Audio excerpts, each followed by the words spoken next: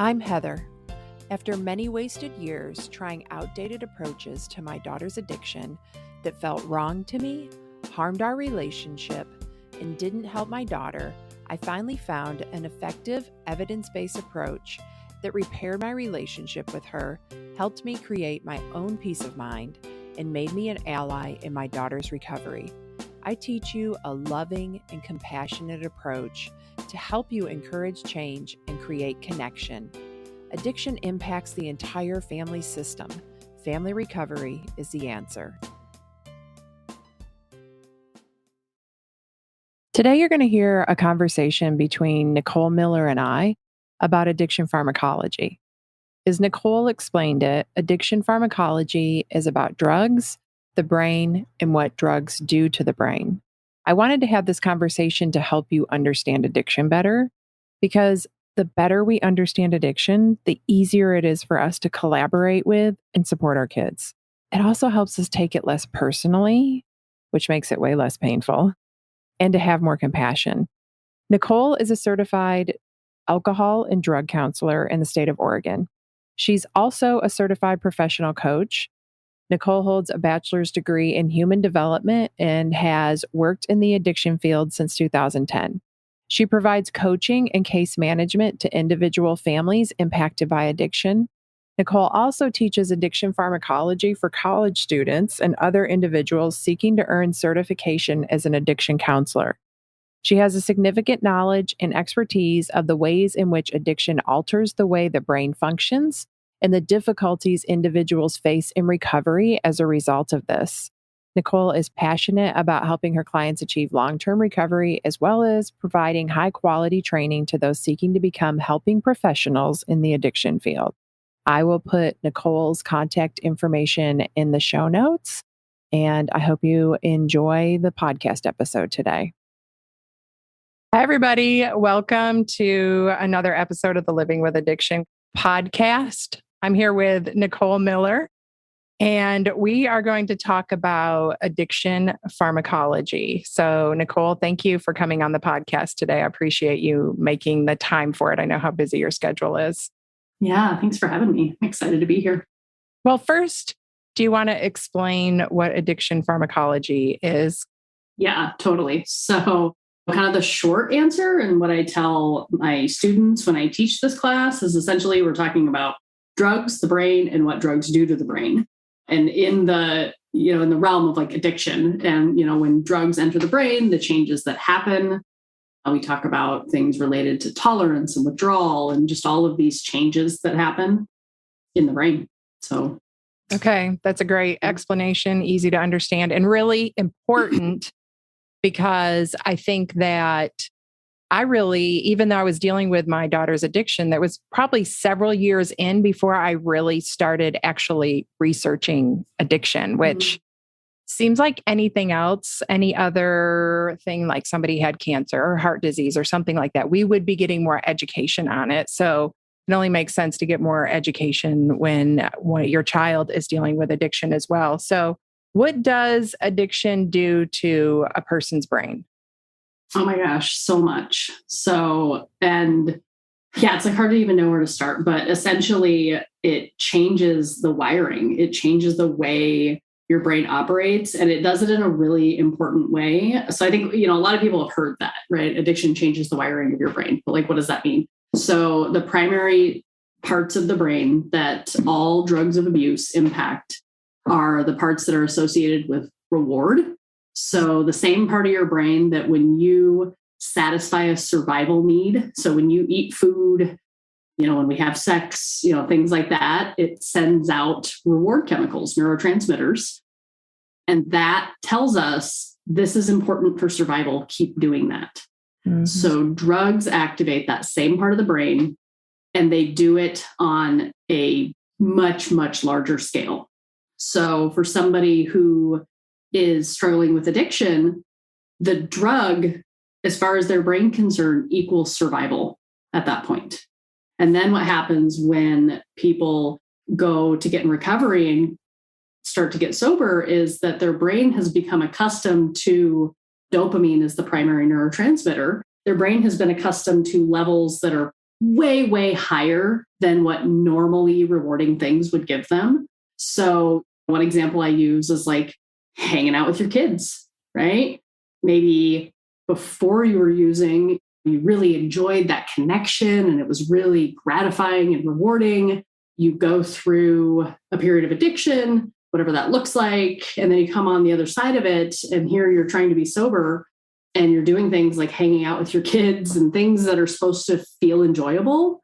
And it's not registering. And so that's, really one of the big things and one of the big challenges that people face in early recovery is that nothing feels good. Okay, you made so many great points. I want to look at a couple of them individually. One of them was you were saying that the rewiring or the wiring changes that happen in the brain and the reward system tell the person who's abusing the substances that this is important for survival.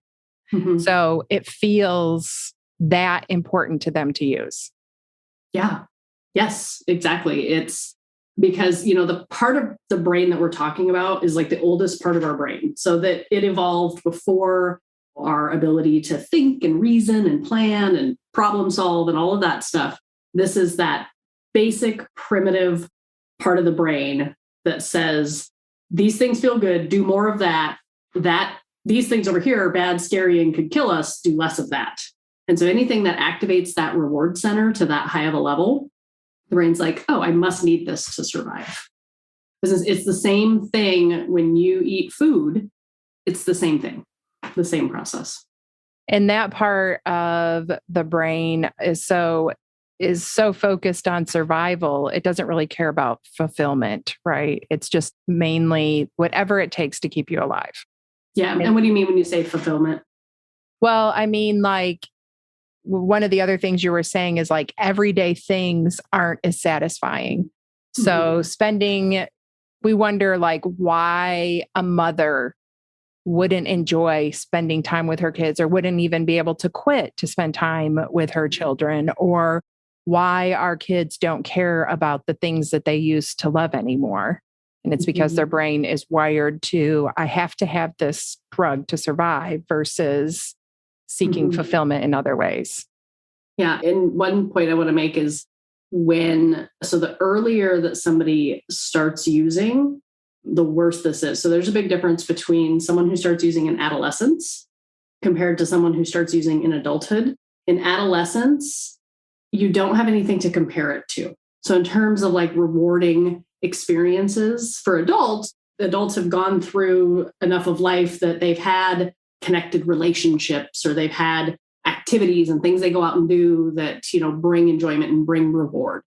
Adolescents have not had that. So their brain learns right away that it's like to be rewarding, it has to reach this high level. So then that makes it even harder for an adolescent to quit then when they're trying to get sober. Mm-hmm.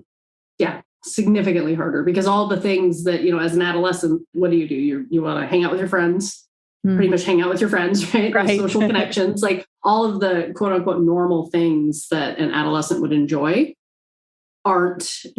literally are not hitting you think about what's that thing at the carnival where you hit it and it goes up? Oh, yeah. Yeah. Right. Yeah. So it's like hitting that over and over and over again and never hitting the bell. That's what it's like for adolescents. And the numbers, like the research shows that people who start using in adolescence compared to someone who can delay use until even 18 or 20, the rates of addiction are significantly higher for those who start in adolescence. And does that mean that it takes longer for them to recover, or just that it's harder, or it takes their brain longer to heal? It could. It means that they are going to have a significantly higher chance of developing into full-blown addiction than if somebody uses meth at age 25 compared to age 13. Their chances of developing full-blown meth addiction are significantly lower. It doesn't mean it can't happen, right? But significantly lower than the adolescent who starts using. So that's a great point, because that goes to people always want to bring choice into it, right? And which I don't even think is maybe the first time it's a choice, right? But then every single person is different. Everybody's brain is different.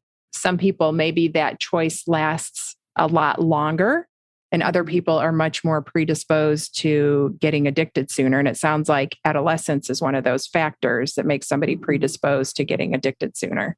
Absolutely. Yeah. So now, what is happening in the brain when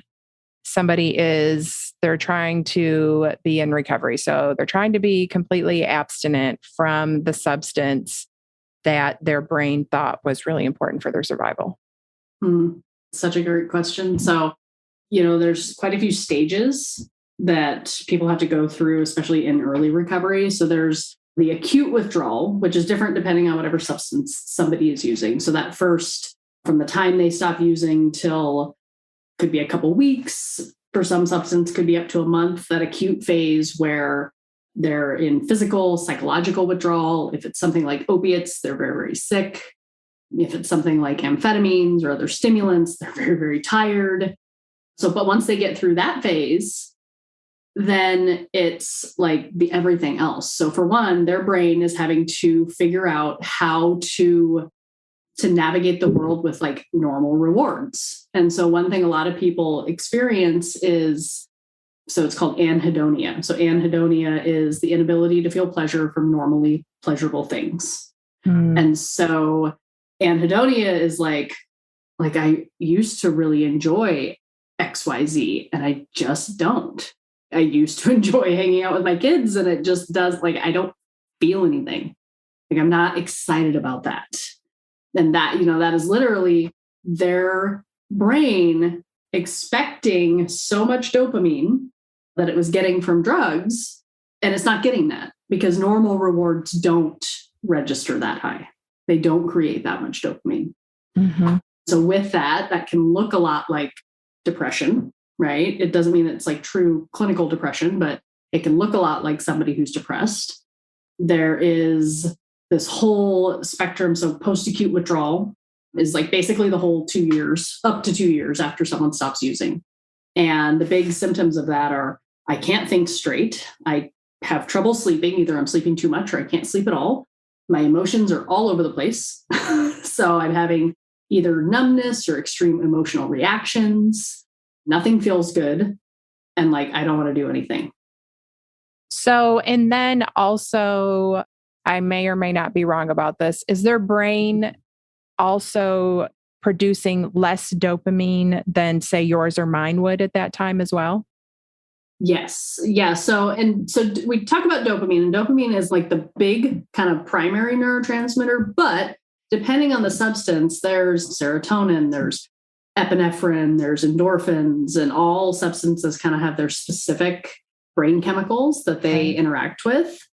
And yeah, what happens is in some cases, the brain is producing less of those because the brain has learned, oh, hey, this external thing is going to come in and do this for me. So to keep it safe, because the brain wants to be, it's called homeostasis, like a state of balance, it's going to adjust. So it will start producing less of those neurotransmitters. The other thing that happens is, so on all of our brain cells, we have what's called receptor sites. And so you think of the receptor site of a brain cell like the lock, and the neurotransmitter is the key that activates it. So one thing that will happen in the brain is that the cells will downregulate. So they will have less less receptor sites. So what that means is the brain then needs more of whatever it is. And this is part of how tolerance develops. So if we're talking about heroin, the brain then needs more heroin to get the same effect. Okay. And so then a person in recovery whose brain is making less, and I'm just going to say dopamine, even though there's lots of other neurotransmitters, their brain is making less dopamine and they have less receptors to absorb the smaller amount of dopamine that they're making as well. Yeah. And so how long typically does that last for a person? So, that's a bit kind of one of those big, it can vary type of things. But, when we're talking about that post-acute withdrawal and kind of the brain trying to reset itself, it can be years. I mean, 2 years is kind of the standard when we talk about like post-acute withdrawal. But for some people, it can be longer. Like, I think it depends a lot on the person and their individual just biological factors. It depends on what and how much they were using and for how long. All of that stuff can impact it. So when somebody's trying to get sober, then they're having to navigate restarting their life, right? Or I say restarting, like most of the time it's completely starting over. And they have to do that without the, what I'll call feel good chemicals that you and I have and depend on to get through the day every day. They've got to start their whole life over like that. Yeah. And I mean, that, like, in a nutshell, is so much of what makes early recovery challenging and what can make it so hard for people to stay in recovery, because it's kind of like this, wait, I got sober to like feel like this all the time. Feel like shit all the time, basically. Yeah, just to walk around feeling, I wasn't sure if we could say bad words here. So yeah, like I didn't, like, why did I get sober? Just to feel like shit. And the thing is it can come and go, so it's not that it's like 2 years of perpetual just feeling like garbage all the time. There will be periods of kind of feeling more normal. And then it can come back and you can be going through that again. And that can be really challenging, particularly because when people are coming out of addiction, a lot of times we're not like well equipped with like lots of coping skills and lots of distress tolerance and all of that stuff. Yeah. And then without like this understanding too, I think one thing that comes up for a lot of people is this feeling of, what am I doing wrong, or what's wrong with me? Right. Because somewhere in there, you get this expectation, well, if I get clean, my life is supposed to get better and I'll just feel better. Yeah. Why don't I feel normal now? I stopped. Yeah. I stopped. It's got to be very discouraging. What do you want? Yeah. Okay. And so you mentioned post-acute withdrawal. Is that the S, symptoms or syndrome? Syndrome. Okay. Post-acute withdrawal syndrome, or PAWS. And it lasts up to 2 years. So that can come and go, this set of symptoms that you mentioned earlier. And I can only imagine experiencing that, like wondering what it is every time, not really knowing, second guessing. Is that really what it is? Or should I be doing something else? I can only imagine that that's a huge part of the struggle with those 2 years of really trying to get back in balance. Yeah. And then you mentioned the acute withdrawal phase. I just wanted to touch on that for a minute, because I've watched my daughter. She was on heroin and meth. And so she was physically addicted to heroin. And I've watched her go through withdrawals several times. And it was really horrible. It is, I can't even imagine somebody or facing that myself, like knowing the pain that I was going to go through to stop doing something. And so if you've never seen it before, can you describe some of what withdrawal symptoms are like? Yeah. So it's going to vary for all the substances, but if we're talking about like things like heroin and opiates, because some classes of substances have really intense physical withdrawal symptoms, others like meth, if somebody's just using meth, like it's uncomfortable and you don't feel good, but it's nothing compared to like an opiate withdrawal. So for things like opiates, when you think about like the worst flu you've ever had, complete with the stomach stuff. So you're puking, you're having diarrhea, you're sweating, you're shaking, the whole 9 yards. And you're doing that for a week, maybe more. For a lot of people, it can be longer than that. Feeling, like your skin is like literally just like that you're crawling out of your skin. Anxiety is a huge part of that. Yeah, it's just awful. Yeah. And the anxiety's got to come from your brain saying, hey, we need that stuff to survive, and you're not using it. Yeah, that's exactly it. Like withdrawal is your brain and your body's attempt to get back into homeostasis. So when we think of addiction, so when somebody's addicted, they are in essence normal with the drug, and withdrawal is not normal without at that point. Yeah.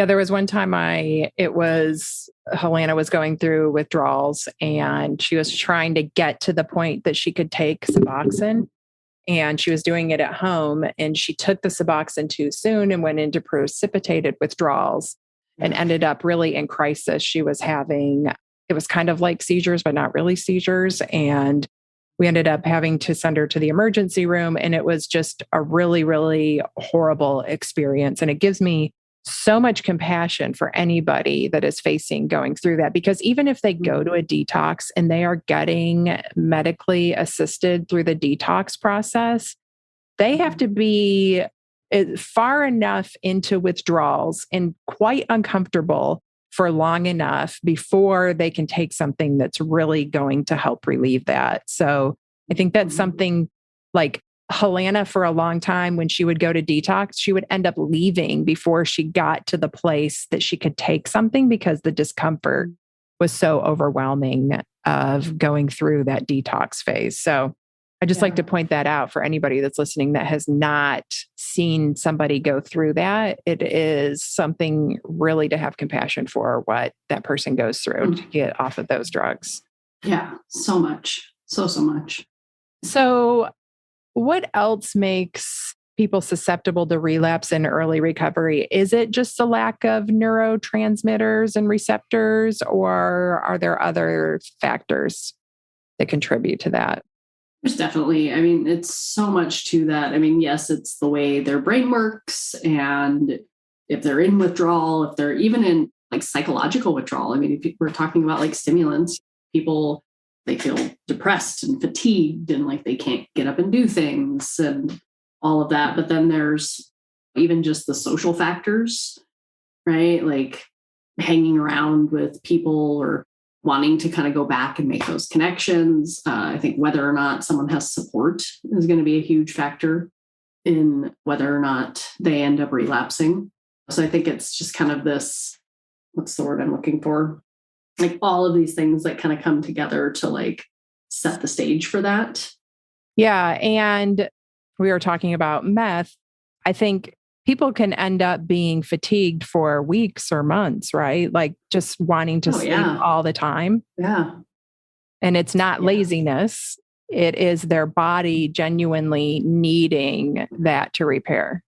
So with things like meth, so our body produces its own natural energy chemicals. So the two big ones are epinephrine and norepinephrine. And so you think about anytime you're in a situation maybe where you need an extra burst of energy, right? So if you are being chased by a saber-toothed tiger and you have to run away really fast, right? Those are the chemicals that your brain is going to release more of to help like get you out of there. When you use a stimulant, it releases way more of those chemicals without there being an actual need for it. So that's why people on meth get all twitchy and 90 miles a minute and all the, all the stuff that goes with that. But what it does is it depletes our own natural energy chemicals. So you take that away and your brain's like, well, I haven't been needed here. So I'm not producing these to that level anymore. And so, yeah, you're just like dead tired. Yeah. I don't even know if tired is not even like an adequate word for what that is. Depleted, I would say. Yeah, depleted. Yeah. And another thing to really have compassion for when somebody's going through that, their body, their brain, everything needs time to heal. And then, like you mentioned, the factor of community. So all of their friends before were using or abusing substances. And so now a lot of times, maybe even if they don't have the support system of their family, like they've got to rebuild their whole community again. And it's a lot to face on top of not feeling well and not having their neurotransmitters or the energy or anything like that you need. When you think about those things combined, I really just have so much respect. And I think it's amazing how hard somebody has to work to get and stay sober. Mm-hmm. Yeah, it's the stigma around addiction has this idea that like, well, you should just be able to decide that you're done, maybe get some help, that's cool. We're on board with that these days. Then just like get back to it. I'll go do all the things that, especially as an adult, right? Get a job, pay your bills, keep track of things, do all these things. But we have people whose brains are not working right, right? Like they don't, they can't think clearly. They can't problem solve all of these things. They feel like crap. And they're like, well, what do I do for fun? Who do I hang out with? And it doesn't even matter because I wouldn't like it if I did. Right. Right? So what do I do? Right. Yeah. And that's why family support and connection is so important, and why I'm just going to say this over and over again, probably in every podcast until you guys get sick of hearing me say it, that why I think it's important to help make it easy, remove any barriers to getting help that you can for your loved one. Call around and then let them make the final call to get in somewhere, but help them out, support them in the process, help them find a sober living to stay in, like make it as easy as possible as you can for them. That is not enabling. Like we hear that they should be the one. I mean, I've called rehabs before and had them tell me, oh, well, your daughter should be the one calling. So you call and then you even get the messaging that what you're doing is wrong. And I just want to reinforce it is not wrong. They say, if your daughter really wants to be here, then she'll be the one calling. Well, thank you, but I'm going to make all the calls and find a good place and then she can call you. Like, I'm just going to make this as easy as possible for her because she has enough to go through. Yeah. And people can be working really hard at it and still struggling. Yeah, 100%. And I think about, so I'm in recovery and I think about when I was in my addiction, I wouldn't have had the first clue how to navigate the system of getting into treatment or doing any of that. So I might have been like, oh, I want to stop. And then that's as far as that would have gone. And I'm thankful that I had family that were willing to be there to help, because I would have had no idea. Yeah. Yeah. Navigating the system has been overwhelming for me. Right? Like I'm sober and I have the time and the energy and the brain power to make all of these calls and navigating insurance and all the other things. Like it is overwhelming to try to figure all that, like find the place that takes your insurance, find how much it's going to cost, when they can get in there, all of these hoops that you've got to jump through. I think that it's hard for anybody. So let's just remove that and make it as easy as possible for them to just like, here's a couple places, decide where you want to go. Right. So I want to talk about medication assisted treatment for a few minutes, because I think that I always cringe. I'm in a couple of groups that are where, people are talking about addiction and somebody will ask like, my kid wants to get on Suboxone or something else, some other medication assisted treatment. And everybody starts talking about how bad it is because it can be abused. And I think that I consider it a life-saving medication, but so many people have vilified it just because it can be abused, or they know somebody that abused it. So nobody should ever use it. So can you explain what it is? Yes.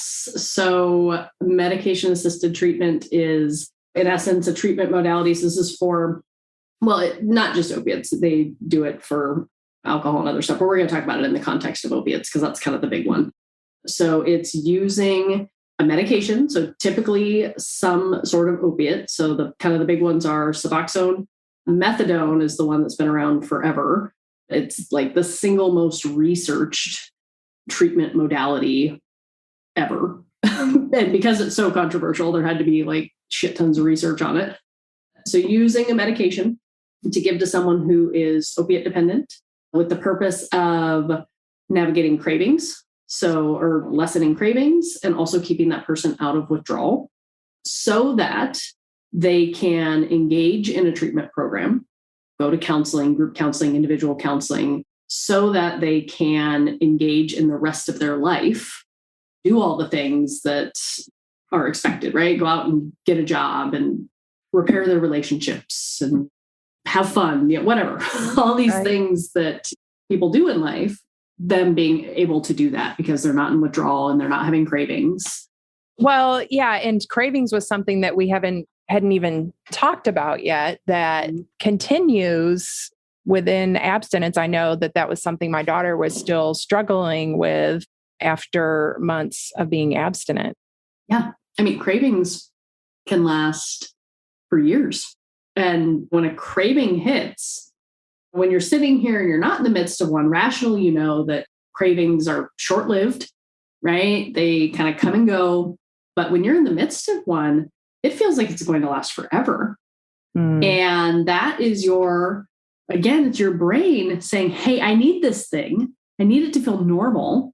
I need it to get back to homeostasis. So, and it's coming from this subconscious part of your brain, right? So nobody is like walking around going, oh gosh, I want to have a heroin craving right now. They're walking along, minding their own business, doing whatever it is they're doing. And then suddenly they're in the midst of a craving because they smelled something, saw something, heard something. Something happened at the subconscious level that triggered that. And that's another thing that one can catch people off guard.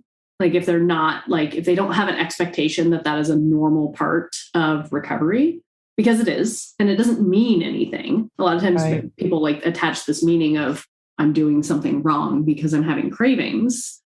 And it is this very temporary thing, but people have to be able to kind of have an understanding of that and then have the skills to like manage through it.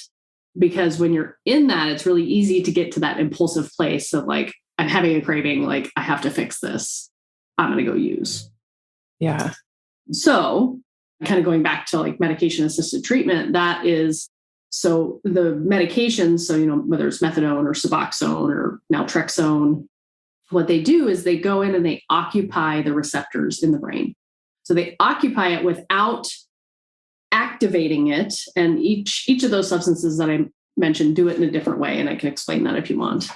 But so they're occupying it. So the receptors are satisfied. They're like, okay, like I got what I need, but it's not like getting them high. Like I think one of the misconceptions and one of the judgments around medication assisted treatment is that, oh, people are just taking these medications and they're just getting high all the time for free, basically, and just having a blast. And it's not like that. So for methadone goes in, and now methadone is a full activator. So the word would be agonist. So it's a full activator. So if someone were to take too much methadone, they would feel high and they could overdose. Okay. So if somebody is on a therapeutic dose, and therapeutic dose is determined by the doctor who's prescribing it and the medical professionals in the clinic, if they're on that therapeutic dose, you wouldn't be able to tell a difference between them or you and I. Yeah. So, but it is a full activator. So there is some risk with that, in that if people are not taking it correctly, not taking it as prescribed, or using other things on top of it, like it does have dangers as far as like overdose goes. Mm-hmm. So that's methadone. Suboxone is a little bit different, because Suboxone goes in and it's like, if you think about that lock and you think about having a key, methadone is like the key fits perfectly in the lock. Suboxone is like the key goes in the lock, but doesn't really turn, right? So it's not quite a perfect fit. So what that means is it still activates the receptors. So the receptors are still satisfied. The person's still not in withdrawal, but it's not getting them high. Now, for some people might report like, and especially people who don't have a tolerance, will say that taken Suboxone and felt something from that. And that can happen. But in essence, it's nothing like going out and like taking a bunch of heroin or any other like full-on opiate. It's also safer because it has a ceiling effect. So the ceiling effect means that you can only take so much. And once you hit a certain point, like there isn't going to be any other effect. Mm-hmm. So that is protective in terms of like things like overdose. Okay. So I've heard a lot of people say like, oh, it's just switching one addiction for another. Yeah, yes, people say that all the time. And it's not. I mean, that's just such a harmful like misconception we have to move away from. Because are they using a substance to manage their symptoms of withdrawal and craving? Yes. But that's very different than I'm out abusing street drugs and and doing all these things. If somebody is working their recovery program and engaging in medication-assisted treatment and all of that, that's what we want. And the reality is, particularly for people who use opiates, in abstinence-based treatment models, so non-medication assisted treatment, the dropout rates are astronomical. Most people drop out at the 3-day mark and they don't come back, right? Or they keep trying over and over again. Yeah. And I mean, they're just not successful. Yeah. For people in medication-assisted treatment who are on a high enough dose, because that's the other thing is people think that they're like doctors and think like, oh, your dose is too high. And well, I don't know about you. I don't have a medical license. That's not my place to say. And so they're on a dose that is good for them. Like, you're not going to be able to tell the difference. And if they're out having a job or doing whatever, living their life, who's to say that's wrong? Let's be really clear about the getting high part on the methadone. I just want to hit that again. So the getting high, it's very low level, right? When you say getting high, I think you said when you take methadone, there is some high to it. So methadone is a full opiate agonist. Okay. So it's a full opiate. So if somebody who's never taken opiates and doesn't have a tolerance to them takes methadone, like, they're going to feel the euphoric effects. Okay. But that's one of the things that somebody in a medication-assisted treatment program, they're going to be working with a medical prescriber. They take into account things like tolerance and history of use and all of those things. And so when that person is on their therapeutic dose, it's not getting them high. Like, they're not walking around. Right. Okay. Glad that we clarified that. Yeah. But that is one of the things, is because people can, and because in these treatment modalities, just like any treatment modality, I think it's interesting how people get all fired up about medication-assisted treatment and like, oh, they like divert their meds, or they like take it not as prescribed. And it's like, I mean, does that not happen in like other treatment modalities? Like, people are using, right. So, yeah. And methadone is very highly regulated. Like, when Helena was on it, what's really one in the beginning and until you build, I guess, after you've been on it for a while, you have to go every single day to get your dose. Mm-hmm.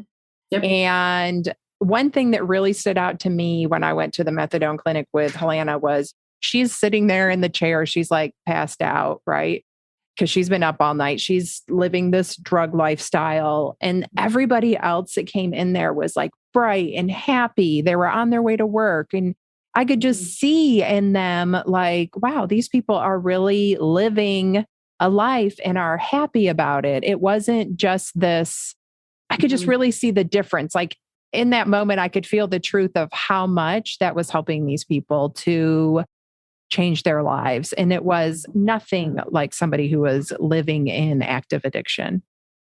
Yeah. And I mean, and that's the thing, is that, and for that population, like, to get to that point, like, it's just not, like, the research does not support that abstinence-based treatment is what gets them there. And so for me, it's like, if you need a medication to be able to live your life in that way and out of active addiction, then who's to say that's wrong? So when it's somebody, a lifesaver.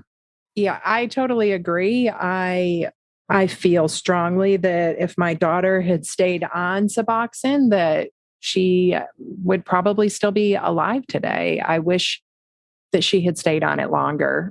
And that's one of the reasons I'm such a strong advocate for it and want people to be properly educated about it, because people who aren't, and even in 12-step programs, you can't get a sponsor if you're on medication-assisted treatment a lot of times, because those programs don't believe in it. They don't understand it. They haven't changed with the times.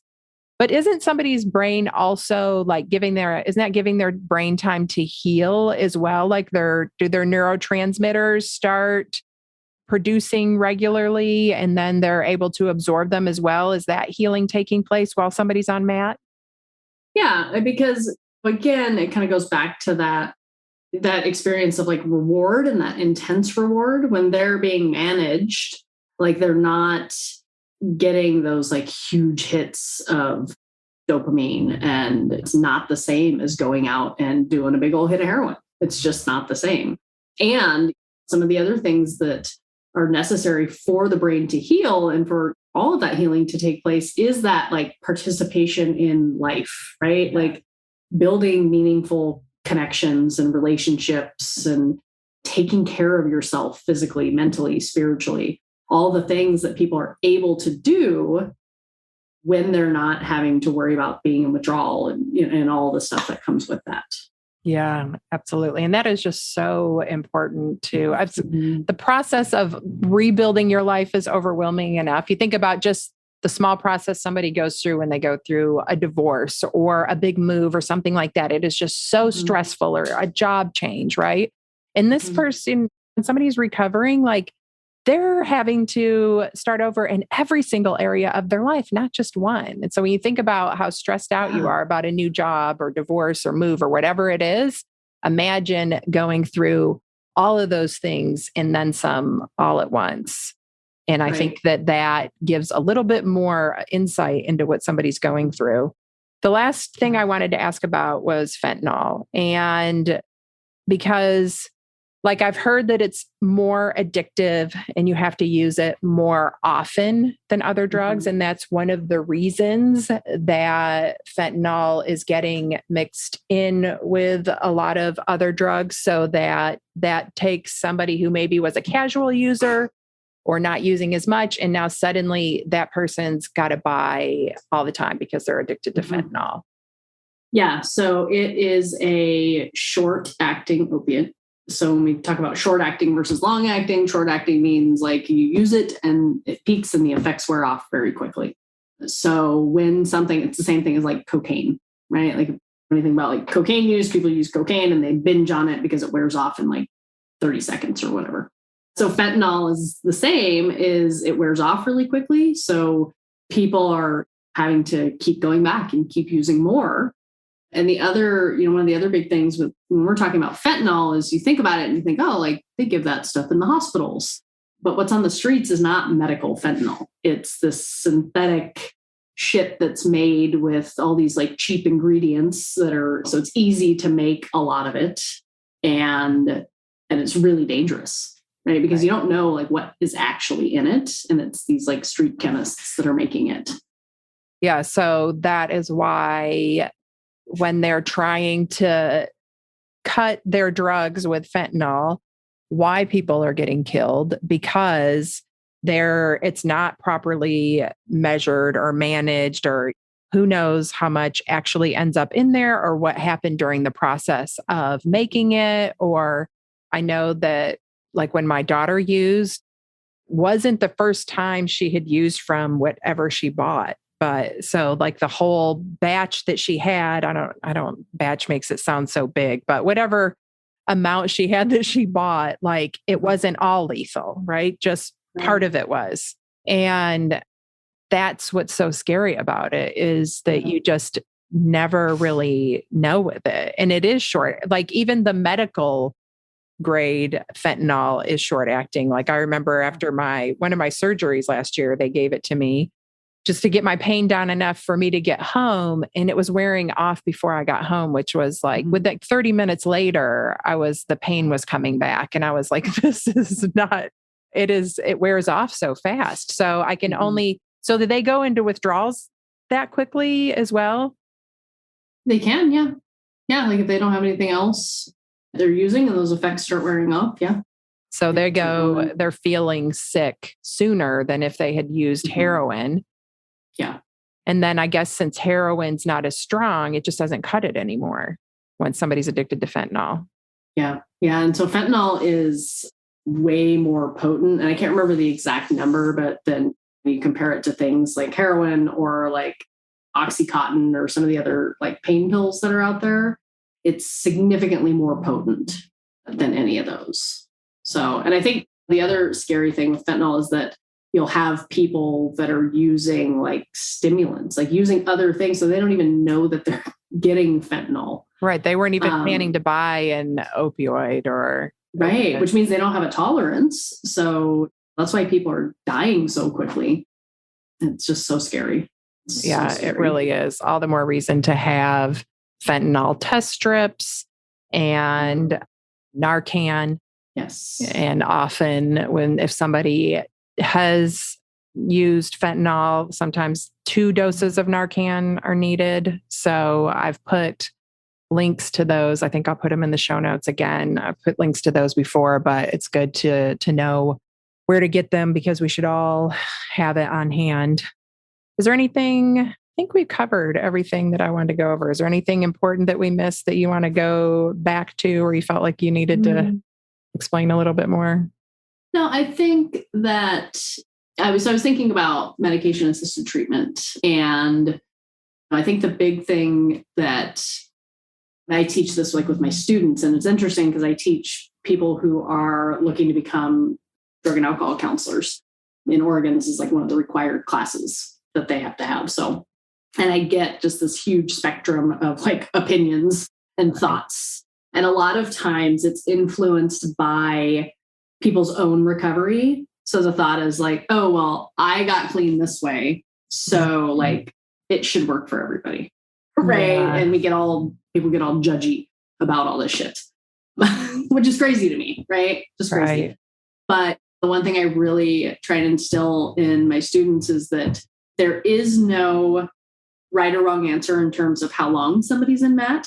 And really the research shows that longer treatment episodes are associated with better outcomes. So like there is no right or wrong answer. And if people want or need to be on it long term, like that's okay and they should be. Yeah. Right. Like somebody being on Suboxone for 2 years is vastly better than somebody ODing on fentanyl in the streets. Absolutely. Absolutely. Then with dosage too, people go around thinking they're doctors. Right. It's like you don't tell someone their dose is too high or too low unless you have a medical license. And I just think that those things are so important because people can be influenced and you have your friends and all their opinions. And if they're telling somebody, oh, you shouldn't be on that, or your dose is too this or that, I just think that can be really dangerous. Or the bad story about somebody who abused it. So when somebody says something like that, like, well, I got sober a different way and my way is the best way or the only way. Like, can you imagine if like I had breast cancer last year? Can you imagine anybody telling me the way I got rid of cancer was the wrong way because they know somebody else who got rid of it a different way? We just wouldn't. Ludicrous. Yeah, we just wouldn't. And the fact that this is like just somewhere where we're so far behind as far as addiction goes. Mm-hmm. Yeah. It's just, we should be saying like, whatever you need to get help and to be okay. Yeah. Like do that. Because Whatever that depends is. on it. Yeah. Whatever life-saving tools you need, like we're here to support you, whatever it takes. But I also feel like in some ways people in sobriety are told that as well. And it's like just perpetuating, like they are taught to perpetuate the stigma as they're getting treatment. And like I've wondered that with my daughter, some things that we talked about. Now I look back on it and I think, did she really believe that? Or was she taught that as she was getting sober? And so she believed it because that's what she was told during the process. As I go back and I question a lot of things. And I think that there's just nothing wrong with questioning. And really looking at things like, if this was an addiction, if it was heart disease, or if it was somebody was diabetic or had cancer or whatever, how would we approach it? Like to help remove that stigma of that we shouldn't help people, or there's only one way, or if they wanted help, they would figure it out, or we wouldn't tell somebody who had heart disease if they ate a cheeseburger, oh, well, you must not want to be healthy. Right. Yeah. Like, well, and what's worse, if they wanted help, they would figure it out. And then they do figure something out. And then we tell them that's wrong. Exactly. Right. If you want to get to the hospital while you're having that heart attack, you'll figure it out. Right. I'm not calling 911 for you. You ate a cheeseburger yesterday. I mean, it's just like, there's just no way. You did this to yourself. Right. So much more compassion is needed. But I think that this conversation will make it easier for anybody to understand and have more compassion. So I really appreciate you taking the time to come on today. And I will put how to get a hold of you in the show notes. So if anybody wants to find out more. So thank you so much. Yeah, thank you. I appreciate it. Thank you for listening to this episode. If you want to learn more about my work, go to heatherrosscoaching.com. If you want to help other parents who are struggling with a child's addiction, you can do it 2 different ways. First, you can share the podcast with them directly, or you can share it on your social media. Second, you can leave a review. Talk to you next week.